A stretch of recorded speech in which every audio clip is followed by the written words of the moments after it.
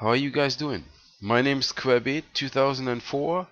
I play World of Tanks, and this time around I drive the American Tier 7 tank destroyer T25/2. This tank has been patched into the game as of patch level 0.7.2, so just a week old, so to speak, at the date of recording. And yeah, I kind of said it in my last tank destroyer video I put up.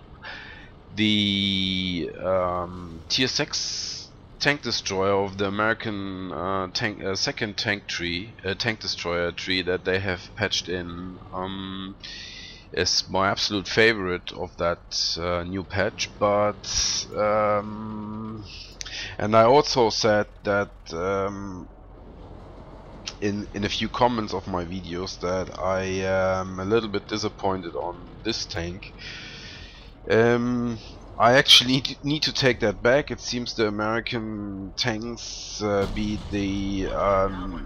the heavy tanks or the tank destroyers, always require a second view.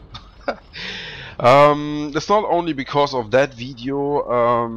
Please don't be, don't judge me because I'm doing relatively well in that video. No, I played a couple of other games as well in the tank, and I'm still with my word that it is not as good as the M18 Hellcat.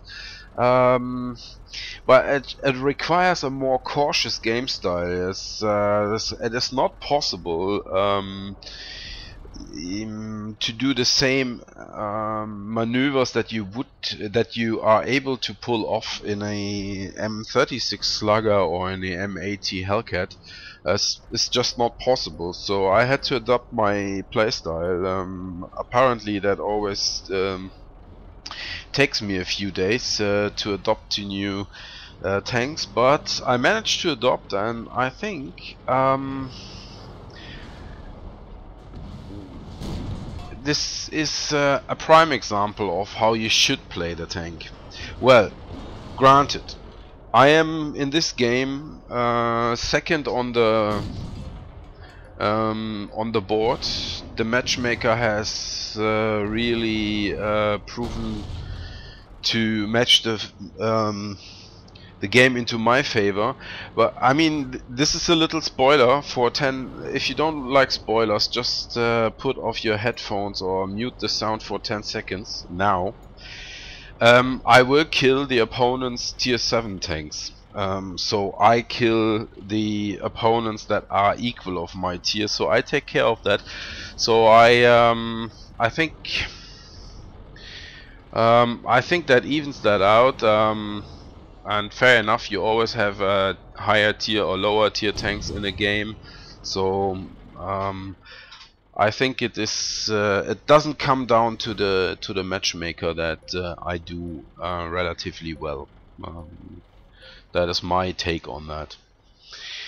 So back to the tank. The gun for tier 7 doesn't feel as powerful as the gun on the M80. I believe it is both the 90mm gun.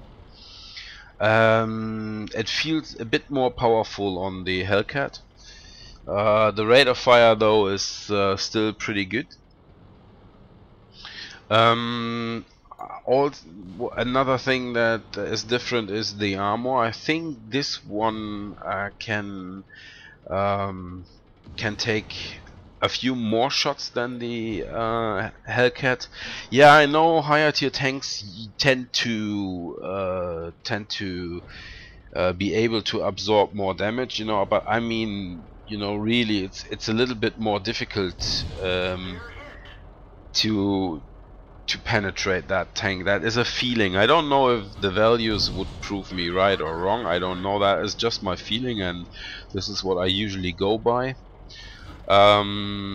So armor wise, I think in relation to tier and armor values, I think the T24/2 is has an advantage over the Hellcat.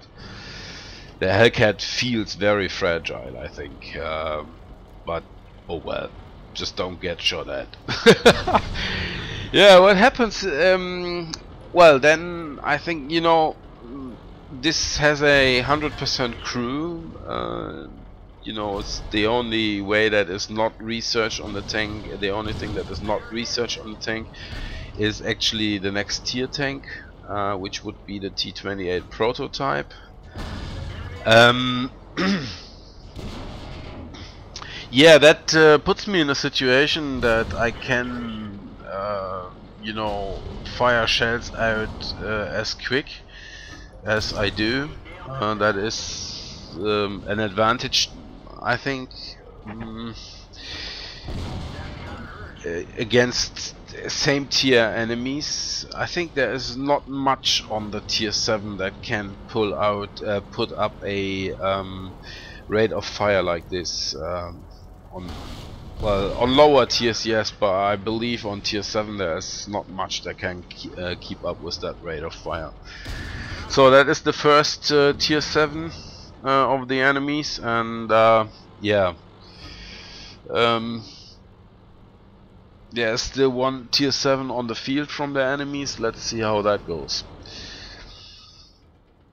Yeah, granted, I am very defensive. You see me playing, I don't know whether or not that can be considered as camping.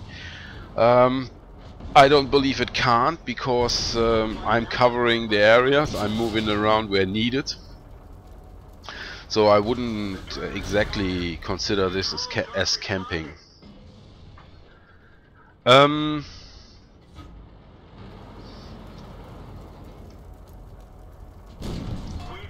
I'd like to say something here about the matchmaker. I have had my fair share of frustration on the matchmaker in the past. I don't deny that. But I really believe if they have done something, I haven't read the patch notes to be completely honest with you. If they have done something on the patch, on the matchmaker in the recent patch, they done good, because I actually I end up in games where I am not on the you know, on the positive side of things, but I think it doesn't put me into matches where I am completely, you know, left without any hope of penetrating any of the opponents on the field. That is a issue of the past that caused a lot of frustration. And these days I am up for a challenge every now and for a real challenge every now and then, but I wouldn't say that the matchmaker fucks it up completely as it did in the past. Yeah, well, there is a guy who will complain about the matchmaker and says that the matchmaker wins. I can say to that, I've taken care about the other tier 7 tanks in the opponents in that match. I think it is logically or it's understandable that I you know, have not that much of a difficulty to take out the other tanks on the field, but chances, you know, you know, we had an equal starting position. The opponents had 2 tier 7, we had 2 tier 7s, and yeah, well, I don't accept the fact or the argument that it comes down to the matchmaker, not at all. So now I need a cup of coffee. Just hold on a second. Yeah, it's the Saturday of the Easter weekend, so I am able to play today. Hopefully I will get another couple of gameplays together and you know, prepare them, so I will have a little bit more gameplay over the next couple of weeks.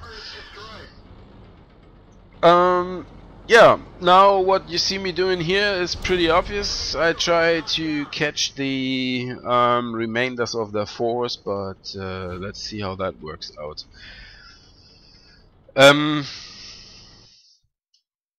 Yeah, this is what this tank can do.